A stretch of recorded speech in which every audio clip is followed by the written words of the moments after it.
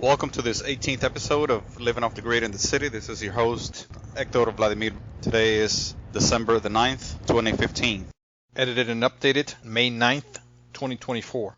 And today's episode is about a revisit, a re-account of an advantage, a very important advantage of quitting the grid system and at the same time joining living off the grid. And this important advantage of doing this deals with time. Time is worth more than gold to most people. Heartbeats, as I call them. Instead of counting minutes, you count heartbeats, and that gives it, at least to me, a bit more value as far as your time, how much your time is worth. Living off the grid, getting off the grid, and doing attempts to get off the grid is in a very large part an effort to gain time, to use your time more wisely, use your time for your own personal goals, reasons, dreams, endeavors. Living off the grid will allow you, for the most part, especially when thinking long term, to 1, have more time, 2, use your time wisely, 3, use your time as you wish, more so than if you did not live off the grid. And how this is done is going to be the topic of this short show. I will have a few tidbits of information, statistics on working habits for most people here in the United States. Being a long-time worker, most people, for my experience, work at the very least 45 hours per week, every 7 days. Full-time work right now here in the United States is considered at 40 hours. Most people work over 40 hours even when they're not getting paid for that overtime. How this is so? Because if you consider the situation by any means reasonable, you will find out that you do put in more than 40 hours per week, even if you only get paid for that much. Because when you wake up to go to work, you wake up only to go to work. There's usually not another reason for you to be waking up at 5, 6:30 in the morning other than making it to work on time. So even if your work schedule or your work time is not until 7 a.m., you still have to wake up many times 6 a.m. or even earlier so you can get ready, wash up, eat, and commute to work.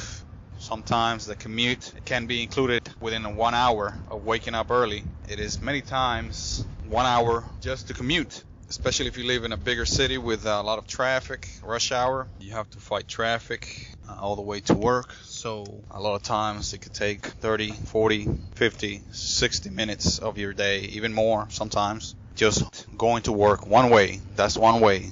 Coming back from work, if you're lucky enough to get off during rush hour, you can add up that time again, doubling, whether it's 30 minutes to an hour or more. So your work commute could be up to from 1 hour to 2 to 4 hours, depending. I live relatively close here to the Atlanta metro area, and as per my personal experience in that area, I did work for a number of months in the midst of the Atlanta area, and the traffic was just horrendous. I had to get off an hour before work start to drive maybe 12 miles. It took me about 30 to 45 minutes on a good day. On a bad day, over an hour and 25 minutes or so. That's each way. So add that, multiply that by 2, whatever time it takes you to go to work. That's how much time you have to add to your work day. For example, if it's 8 hours, put on 2 hours to it. That's a 10-hour day of work, even though you're only getting paid for the most part for 8 hours. So living on the grid, like most people, you will have to, for the most part, work at least 40 hours per week just so you can keep up with all the payments, all the bills that are required by the grid system. These are your very basic needs of having electric power, water available, and other amenities, other conveniences that you basically cannot work without. Buying food, phone services. Getting off the grid will allow you to have more time for yourself. How is this done? Well, first of all, if you are somewhat partly or full-time disconnected from the grid, you won't have to work as much. That's the key. You will not have to work as many hours to keep up with the bills you would have if you were connected to the grid. You don't have to work 40 hours per week just to keep up with the basics. Not even any fancy amenities or facilities, just the basics. People here in the United States, and as a matter of fact, throughout the world, in my opinion, are working over 40 hours per week just for the basics. So if you were to be off the grid, you wouldn't have to pay as much, if any, for those services that cost so much, as discussed in earlier shows. Your electric power and energy as a whole are the largest expenditure on a monthly, yearly basis for most here in the Americas. The United States is one of the highest, if not the highest, energy consumer in the world. So energy is quite expensive and quite sought after. As said by a prior president, America is addicted to oil. In my opinion, that's not the only thing America is addicted to. America is addicted to energy consumption. Everyone wants to be comfortable, very comfortable temperature. They want to take a long hot shower. They want to have the air conditioning cranking during hot weather. They want to have a comfortable lifestyle, and this is in very large part brought on by high levels of stress of the current, mostly grid-tied system.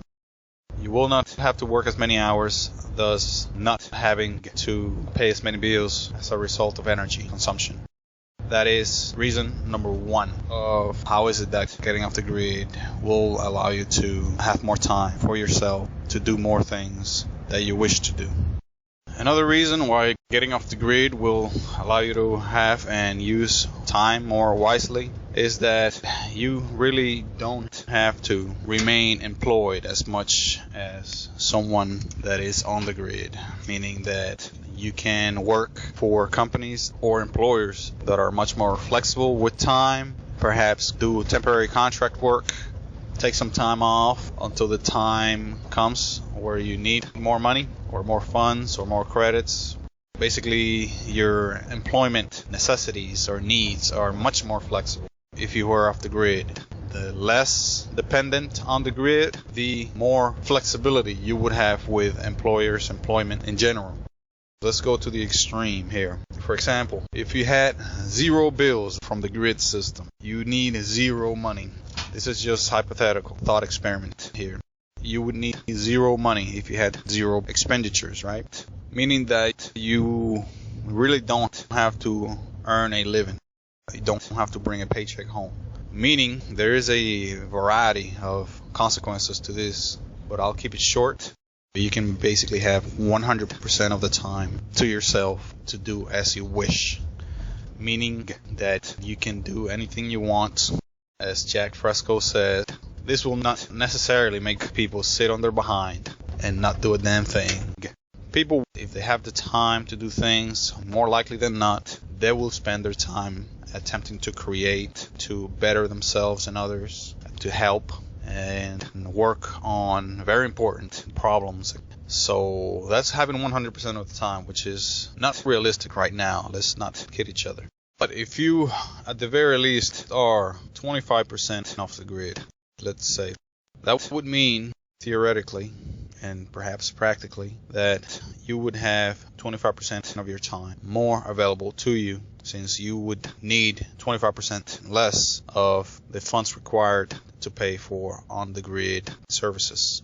This is theoretical. In practical terms, it's not as straightforward as that, but it does make a difference. It should make a difference. Of course, the more you're off the grid, the less dependent you are on the system as far as employment, making money, and allowing you at the same time to be more flexible, to choose work. You can be a bit more choosy in who or what company you choose to provide you with employment. You could demand more, and this is done collectively as a society, as a community. Companies will start to notice this, and basically they need employees, so they will eventually be more flexible as far as working hours if this is the demand of the majority, at least in their areas.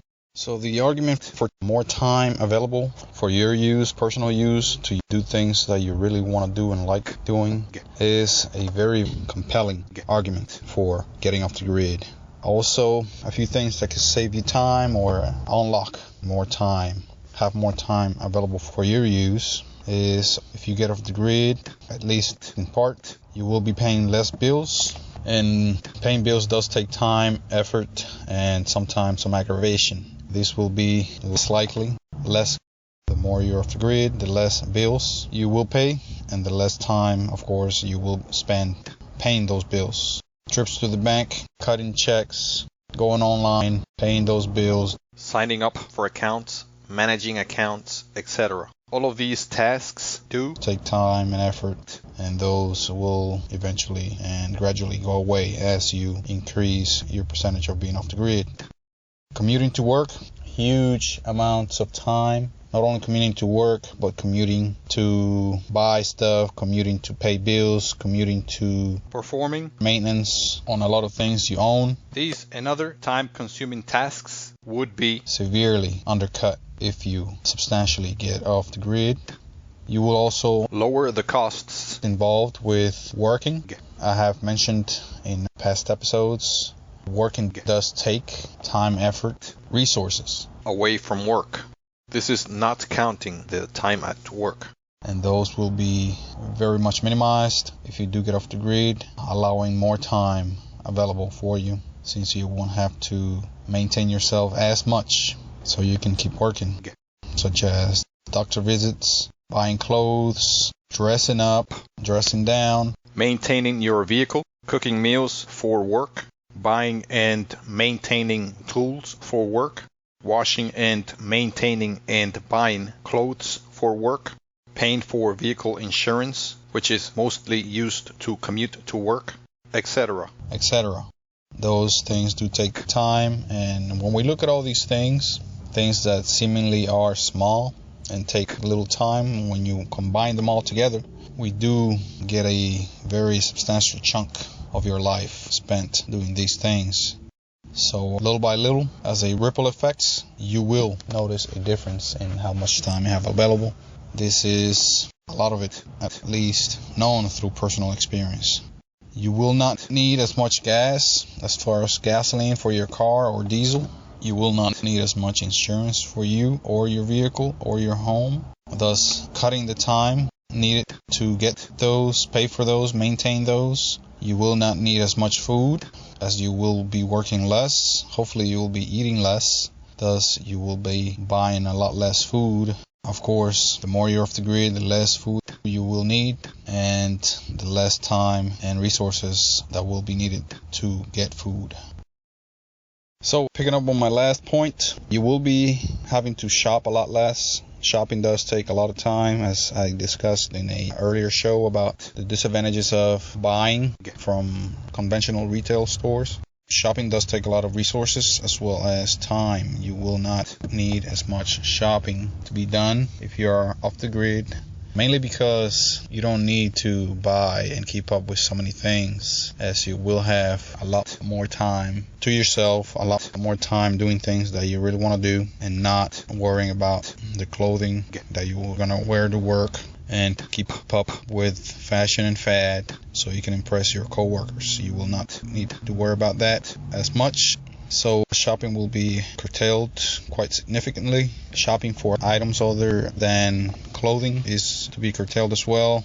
Shopping for basic things as water, you will not need as much of those things as you would if you worked full-time for an employer. You can work more than full-time for yourself and others, not necessarily an employer in any considerable sense. The advantages of having more time available, more flexible time available for your use, means a lot to a lot of people. Time is perhaps the most valued commodity for most people. I think I've read an article that they did a survey, and the survey involved interviewing people about older folks that are perhaps in their deathbeds, terminally sick. The survey involved interviewing those individuals, and the questions went in the lines of what would they have liked to have done differently throughout their lives during the years that they had health. And overwhelmingly, they cited time with their family, time doing what they wanted to do instead of working and making money and working for an employer. So apparently time is a very valued commodity. This is something that applies to myself, and everyone I know values it more than perhaps anything else. However, although it is highly valued, I believe it is not as cherished, protected, managed, and shared as it should be, as we often sell it for very low and unwanted work and pay. So time itself, with your family, with friends, with yourself, with others, with the things you want to really do, is basically priceless. So getting more time for yourself, for your use, more time available to do as you please with it, is probably the biggest advantage of getting off the grid. You will have most likely to spend less time going to the doctor because of the minimized amount of stress that you will be experiencing when off the grid. Very easily explained. If you're doing what you want, you will be more enthusiastic, you will be more driven, focused, satisfied, happier, and attentive to the things you want to do. Also, you may eat a lot less junk food. The more time you spend out on the road and out in the streets, the more junk food you will buy, because cooking food and keeping a healthy diet does require a lot of resources that are just not available when you're out on the road or when you have very limited time away from work. So just by keeping healthier, a healthier diet, a healthier lifestyle with less stress and more time to exercise will in the long run equal to less visits to the doctor. Less visits to the doctor means more time for your availability, and not only that, but you will be spending less money and less resources on healthcare, which is a huge expenditure for people here in America especially. You will be required to do less home repairs. How is this so, you may ask? Well, less use of the services at your home or the utilities at your home means less maintenance for those appliances and those items at your home. For example, you will be using less water if you don't have to work for an employer. If you're off the grid, especially in any kind of substantial way, you will be using less water, air conditioning, heat. Those items will not be used as much. Less use, less maintenance cost for those, naturally. And this may not be apparent right away or on the surface, but it is a reality, however subtle it may be. Lastly but not least, the last things that you will need if you decide to get off the grid: work less for employers or work less strict schedules for employers, thus more time available to you. You will need less things. You may not need that second car at your house because you have more freedom as far as where you go, as far as how much time you spend at home. If you live with someone, you may be able to just keep one car and that person you live with works, or like you, is off the grid. At least in part, they may have more flexible working hours, thus not needing more than one vehicle as much. So you may be able to get rid of that second, third vehicle, as most households here in America have. You may be able to get rid of a lot of items that you use to maintain your work schedule, like laptops, computers, phones, handheld devices. You may be able to get rid of those, thus get rid of all the maintenance, time, and costs involved with those items.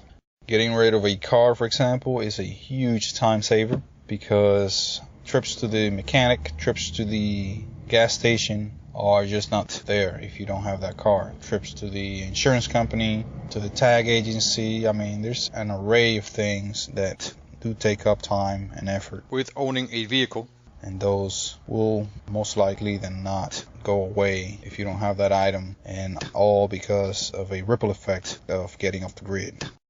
This has been show number 18 of Getting Off the Grid in the City with your host, Hector Vladimir. I went over a very valuable argument for getting off the grid, which is saving time, having more time available for your use, for your family, for your loved ones, for yourself, for your goals. Thank you for listening to this podcast. Please look for the next episode soon, and please ensure to share this with your friends and family. And please like this content and subscribe as a sign of support and for me to continue to provide this type of content to more people like you. Lastly, if you wish to support this content further, please visit the links provided in this publication. Thank you.